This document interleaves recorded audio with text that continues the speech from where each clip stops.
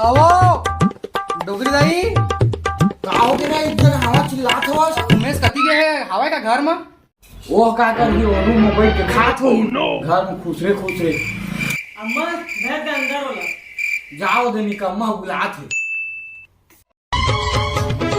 अरे तुला ऐसे खड़े खड़े खा खा रे का कर भाई मोरा रोज कैसे ये पूरा बैठे बैठे खा कैसे का करना खड़े खड़े खा था अरे भाई तोला का होते खड़े खड़े नहीं खाए कहते रे ओकर मतलब कुछ आने बैठ खवाते मतलब तोर आने